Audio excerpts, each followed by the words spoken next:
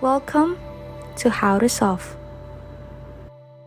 Hey there, in this video, I'll show you what to do if you see this error message saying YouTube restrictions have been turned on by network administrator.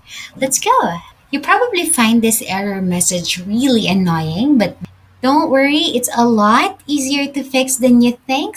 Firstly, we just have to go here at the top right of the screen. So all you have to do is go to the top right and go and tap on these three little dots like this, like so. And then what you need to do is go down settings just like this. And once you're in your settings, all you need to do is go over to the left hand side and you've got this list of options. The next thing you have to click on is the privacy and security, just like so. Once you're in here, what you need to do is just scroll down until you see the option for security.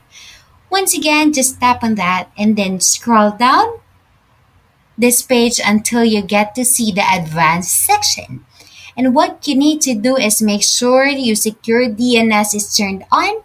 It's probably already turned on, and then what you want to do is select the second option, says with and maybe set the custom or something like that. And what you want to do is just go and click on Google Public DNS. So as you can see, the DNS determines how you connect websites over a secure connection. And that should be it. Once you go and select the Google Public DNS, that should go and fix your problem.